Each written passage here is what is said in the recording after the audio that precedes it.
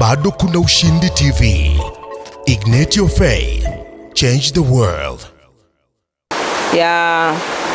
Ninamtukuza Bwana Yesu tena kwa ajili ya siku ya leo. Tumepata kibali machoni pa Bwana.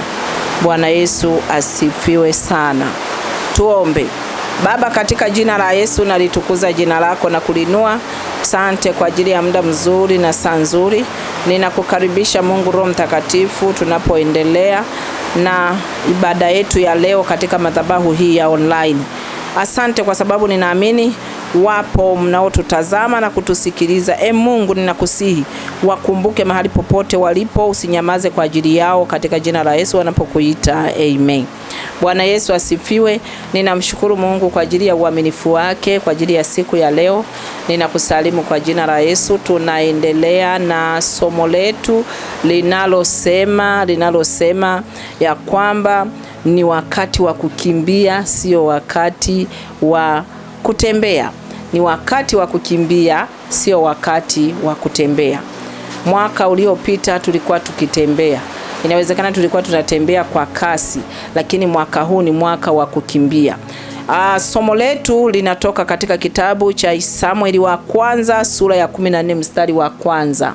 Samueli wa kwanza sura ya 14 na mstari wa kwanza. Biblia inasema ya kwamba kulipotukia matukio, Yonathani akamwambia mbeba silaha wake kwamba tuwavukie ng'ambo, tuwavukie upande wa pili. Bwana Yesu asifiwe. Kulikuwa na vita katika mataifa haya mawili, wa Filisti pamoja na Waisraeli. Kwa hiyo Yonathani alikuwa ni mtoto wa mfalme Sauli. Sasa wakati wa vita, Yonathani katika mtazamo wake akagundua kwamba hawa watu kwa wingi hamwezi kuwapiga. Wanatakiwa wapigwe na nguvu ya Mungu iliyo ndani ya mtu. Ndio maana nimesema ni lazima kubali kuwa na mtazamo wa kumbeba Mungu ili akusaidie kukimbia. Biblia inasema ya kwamba vijana wenye nguvu watazimia, watakimbia lakini watazimia. Lakini wamngojao Bwana watapiga mbio, watapaa kwa mbawa kama tai. Sijui unanielewa? Hawatachoka. Wamngojao Bwana hawatachoka. Ni wale tu waliopata siri ya kuwa na Mungu. Sikia, kibinadamu huwezi sawasawa na mazingira yaliyopo. Kunawezekana kwamba nyakati zilizopo wewe huziwezi kabisa. Kuna nyakati zingine hazifanani na fahamu zetu. Kuna nyakati zingine hazifanani na wakati uliokwisha kupita. Nimesema ya kwamba Mungu tunayemwabudu ni Mungu wa nyakati zote. Ni Mungu wa mabadiliko, lakini yeye habadiliki. Ana uwezo ule ule.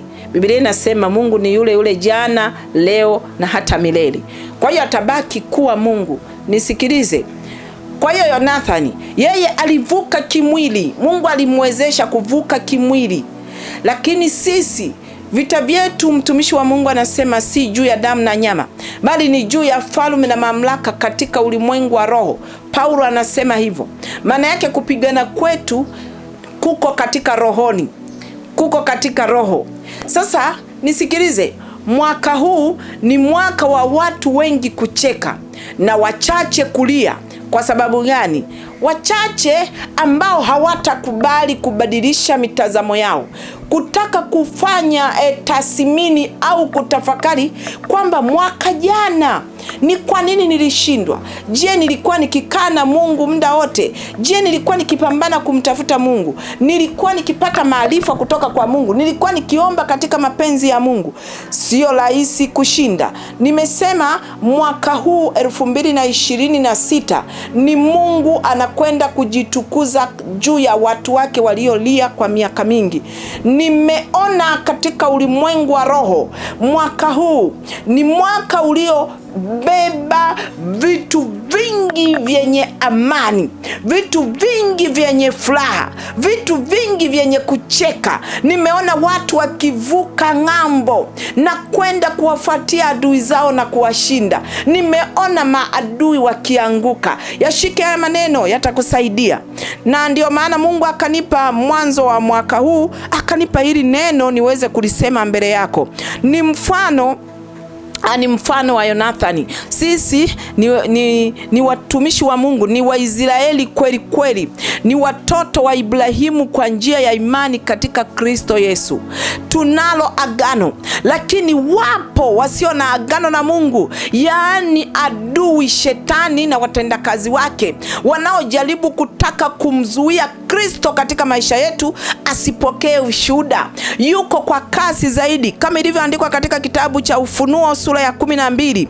Biblia inasema yule joka alipopigana na yule mwanamke akaona ameshindwa kumwangamiza, akasema nitaondoka, nitaenda kupigana na kizazi chake, wale waliobakia kwa ajili ya ushuhuda wa Kristo. Sikiliza mtumishi wa Mungu, mimi na wewe tumechaguliwa kuwa ushuhuda wa Kristo.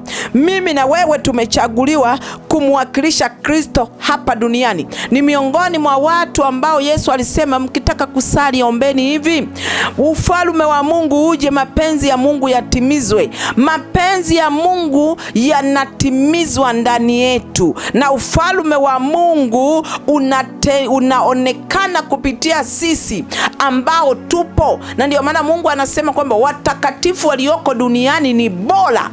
Sisi ndio bora madamu Mungu ametuwezesha kuwa na uhai, madamu Mungu ametupa kuwa wazima na afya njema. Mwaka huu tumeufikia, tuna nguvu. Maana yake Mungu ametupa na nguvu ya kupanda kama tai.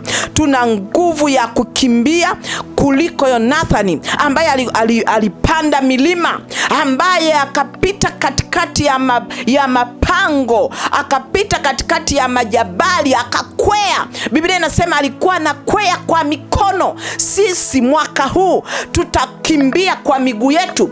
Mikono yetu itageuzwa na Bwana kuwa mbawa, nasi tutapaa kuyafikia makusudi ya Mungu na mpango wa Mungu aliyokusudia mwaka huu kutuheshimisha. Bwana Yesu asifiwe sana. Kwa hiyo mtumishi wa Mungu, mahali hapa katika madhabahu hii ya online nitakuwa ninafundisha namna ya kuyaendea maono. Nitakuwa nafundisha namna ya kuendea nyakati hizi zilizopo. Bwana Yesu asifiwe sana. Endelea kufuatilia mtumishi wa Mungu, tuko pamoja. Karibu tena kipindi kijacho. Mungu akubariki sana. Asante.